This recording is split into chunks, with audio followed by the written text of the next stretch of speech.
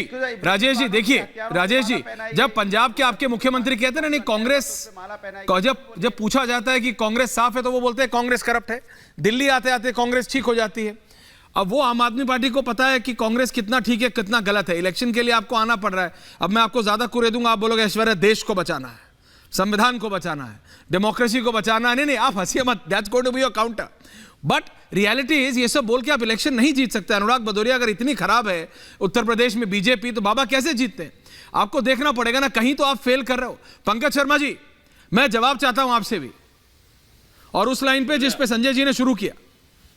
ऐश्वर्या जो क्या नाम संजय जी होंगे? राजेश जी आ रहा हूं, पंकज जी बोले नहीं है, फिर आ रहा हूं जी। Thank you, thank you Rajesh. हाँ पंकज जी।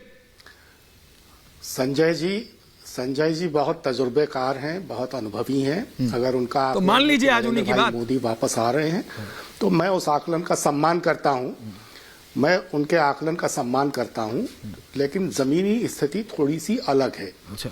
उस जमीनी स्थिति की बात मैं यहाँ इसलिए उठा रहा हूं कि पिछले एक हफ्ते से ऐश्वर्य मुझे अपने एक सवाल का जवाब नहीं मिल रहा है। मैंने वो सवाल प्रेम शुक्ल जी से पूछा, मैंने वो सवाल सुधांशु त्रिवेदी जी से पूछा, आज वो सवाल मैं भारतीय जनता पार्टी की चारू प्रज्ञा जी से भी पूछना चाहता हूं कि प्रधानमंत्री जी ने जो कहा है कि देश के हर मतदान केंद्र पर हम 370 अतिरिक्त वोट लाएंगे इस बार, और इस तरह 370 सीटें पार कर जाएंगे। तो चारू प्रज्ञा जी, ये 370 वोट अतिरिक्त हर मतदान केंद्र पर क्या आपको सचमुच मिल रहे हैं? 12 लाख मतदान केंद्र यानी 44 करोड़ अतिरिक्त वोट, 2019 के 23 करोड़ वोट उसमें और मिला दें तो वोट हो गए 67-68 करोड़, और कुल मतदाता हैं 96 करोड़। अगर 100% मतदान भी हो जाए तो क्या आप उसमें से 67 करोड़ वोट भारतीय जनता पार्टी ले जाएगी और बाकी वोटों में बाकी सारा विपक्ष निपट जाएगा? तो ये जो जुमला आपने आसमान में फेंका, 370 अतिरिक्त वोट हर मतदान केंद्र पर, चारू प्रज्ञा जी कृपया अगर इसका गणित आप मुझे समझा दें तो मैं मान लूंगा कि इस बार आपकी सरकार दोबारा बन रही है। वरना मेरा आकलन यह है कि जमीनी स्थिति के मुताबिक भारतीय जनता पार्टी को इस बार स्पष्ट बहुमत मिलने में बड़ी भारी दिक्कत पैदा होने वाली। ओके, चारू, राजेश जी आ रहा हूं, त्रिपाठी जी आ रहा हूं, संजय जी आ रहा हूं। आपकी इज्जत सब कर रहे हैं आपके आकलन की, लेकिन मान कोई नहीं रहा संजय जी आपकी बात। हाँ चारू जी, इस तरीके के सवाल का जवाब देने में मुझे बहुत मजा आता है ऐश्वर्या जी। मैं आपको बताती हूँ इसीलिए क्योंकि मोदी जी जब एक आंकड़े या एक नंबर की बात करते हैं वो कोई ओवर कॉन्फिडेंस में नहीं बोलते। वो इसीलिए कहते हैं क्योंकि उनको मालूम है समाज के हर वर्ग के साथ हर सुख दुख में वो खड़े रहे हैं। ठीक है, हर प्रदेश की आप बात करिए, अभी आपकी स्क्रीन पर भी जो चित्र चल रहे थे वो पश्चिम बंगाल के। पश्चिम बंगाल में भाजपा की सरकार नहीं, आप देखिए भीड़ कितनी उमड़ कर आती है मोदी जी के लिए। इससे 2 दिन पहले आप तमिलनाडु में देख लीजिए। वो तो राहुल गांधी ने भी देखे होंगे ना, वो तस्वीरें तो ममता दीदी ने भी देखी होंगी।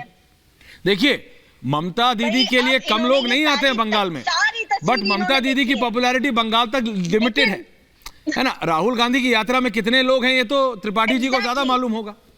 लेकिन मेरा सिर्फ इतना है कि all of them combine, Arvind Kejriwal, देखिए अरविंद केजरीवाल कुछ भी बोलिए, चारू कुछ भी बोलिए, जरा राजेश जी को ले आइए। अरविंद केजरीवाल दिल्ली के इलेक्शन में तो आपको हरा ही देते हैं ना, विधानसभा में। संसद के इलेक्शन में क्योंकि टक्कर मोदी से है तो पूरे मतलब पूरा का पूरा विपक्ष चित हो जाता है, तो वो भी चित हो जाते हैं। लेकिन इस बार वो कह रहे हैं कि जिस तरह से आपने सांसदों में बिल्कुल फेरबदल किया है, आप लोग घबराए हुए हैं दिल्ली में भी। चारू एंड राजेश गुप्ता जी, ये वाला जो प्रश्न, ये फिर से आप बिल्कुल ठीक बोले ऐश्वर्या जी, लेकिन हमारी पार्टी में 18 करोड़ से ज्यादा सदस्य हैं। तो आप मुझे एक बात बताइए, अगर हर सीट पर हर एक नेता हर बार ही रिपीट होगा तो 18 करोड़ लोगों का हम क्या करें? तो हमारी पार्टी डिसिप्लिन पार्टी है, ये कोई कांग्रेस नहीं है कि सड़क पर अपनी डर्टी ये आपने बहुत अच्छी बात की, और गाली गलौज मीडिया के सामने हो जाती है। ये अगर कोई युवा है, अगर कोई नया राजनीति में एंट्रेंट है, क्या उनको मौका नहीं मिलना चाहिए? देखिए ये नहीं, आप तो अशोक चौहान को भी मौका दे रही हैं। देखिए आपकी पार्टी तो बाहर से आए लोगों को भी मौका दे रही है, उसमें कोई डाउट नहीं, मौका सबको मिलता है। हाँ राजेश गुप्ता जवाब दे रहे हैं। मैं ऐश्वर्या आधा जवाब आपने कमिंग बैक, 3 बार ना सिर्फ दिल्ली सरकार में बल्कि एमसीडी के अंदर भी इनको हमने हराया है। दूसरी बात आपने इन्होंने कहा कि 18 कितने बताए अभी कि इतने लोग हैं तो सबको मौका देना होता है, तो मनोज तिवारी जी को क्यों रिपीट करा, बाकियों की टिकट क्यों काटी?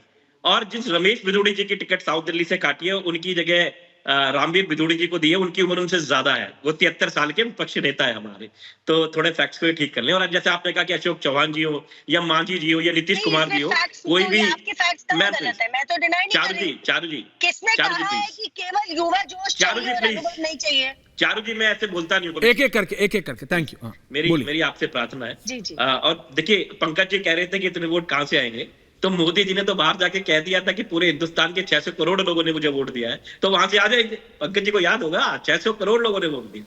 तो खैर मैं उस पर नहीं जाना चाहता, मैं सिर्फ इतना कहना चाहता हूँ। इन्होंने कहा कि दिल्ली जल बोर्ड में हम घाटे में, मैंने पहले भी बताया कि सीएजी की रिपोर्ट है कि दिल्ली सरकार प्रॉफिट में। अब उसको हम किस तरीके से चलाते हैं, वो एक आईएएस ऑफिसर है मुख्यमंत्री अरविंद केजरीवाल जी, उनको मालूम है उसे कैसे करना है। तो मेरा ये मानना है कि आप जितने मर्जी बातों को कर लीजिए। मेरा संदेश खाली की आप बात करते हैं, मैं ऐश्वर्या आपके शो पे हर जगह जाता हूँ, मैं कहता हूँ कहीं पे भी, चाहे वो संदेश खाली हो, चाहे वो कानपुर हो, चाहे वो ब्रजभूषण सिंह जी का मामला हो, चाहे वो हमारी पार्टी में भगवान ने कभी करे कि कोई ऐसा मामला है, उसके ऊपर जल्दी से जल्दी किसी भी सरकार को, किसी भी पार्टी को जल्दी से जल्दी एक्शन लेना चाहिए कि चारू जी भी मेरी बहन है, मेरे घर में भी मेरी बहन और एक मेरी बेटी है, चाहे वो कोई भी पार्टी हो। इसमें कोई राजनीतिक पार्टी को, मुझे लगता है कि इसमें बचाव करना आत्मघाती होता है, कभी इस पे बात नहीं करनी चाहिए। हम सबके घर में बहू बेटी है। तो मेरे पार्टी का इसमें बिल्कुल सीधा सीधा एंगल है, इस पे हम बात ही नहीं करना चाहते। जो कोई भी पार्टी है, सबसे पहले आना चाहिए, डिफेंसिव नहीं होना चाहिए इसके ऊपर, बिल्कुल पूरी तरीके से उसको बाहर निकालो। जो भी आदमी ऐसा करता है, कोई भी पार्टी। दूसरी बात रही इलेक्शन जीतने की बात, आपने कहा कि क्यों नहीं जीतते, आपने बहुत सारी बातें बता दी कि दिल्ली में हम लगातार जीतते हैं। और देखो ऐश्वर्या, दिल्ली में ऐसा नहीं है कि हम नेक टू नेक में जीतते हैं। 67 सीट्स, उसके बाद 62 सीट्स, पंजाब में 92 सीट्स, 90। लोकसभा में कितनी आ रही है? दिल्ली में आप स्ट्रांग हो, लोकसभा में कितनी आ रही है? 5 सीटें जीतनी। लोकसभा में कितनी आ रही है? त्रिपाठी जी बोले नहीं है, सबके पास आ रहा हूँ। त्रिपाठी जी, प्रोफेसर साहब, संजय जी, चारू जी आ रहा हूँ, विजय जी आ रहा हूँ। ओके चारू क्विक इंटरजेक्शन, बोलिए। पैसे का इस्तेमाल करना है तो क्या शीश महल में पैसे का इस्तेमाल करना है और दिल्ली जल बोर्ड घाटे में जाने देना है? देखिए चारू और आम आदमी पार्टी और रत्नाकर त्रिपाठी जी, चाय आराम से पी लीजिए त्रिपाठी जी। लेकिन मैं ये कह रहा हूं, एक सेकंड। देखिए चारू, जो बात विपक्ष नेशनल इलेक्शन में करता है, रेटोरिक करता है, ये करता है, आप ये कर रहे हैं, जीतता कौन है? बीजेपी, मोदी। वो आप दिल्ली में करती हैं, आप बोलती रहती हैं केजरीवाल ये है, केजरीवाल वो है, ये है, फलाना है। इलेक्शन में कौन जीतता है? दिल्ली के इलेक्शन में अरविंद केजरीवाल जीतते, आपको हराया। अगर इस बार लोकसभा में आप जीत जाते तो उसके बाद राजेश गुप्ता का डिबेट में आके बोले तो आप उनके मुंह पे बोल सकती हैं कि इस सब से इलेक्शन नहीं जीता जाता गुप्ता जी। और अगर राजेश गुप्ता लोकसभा के इलेक्शन में जीत जाते देन फिर आपको जवाब देना पड़ेगा। सो ये तो जो नेशनली है वही स्टेट में भी है। जनता जनार्दन है।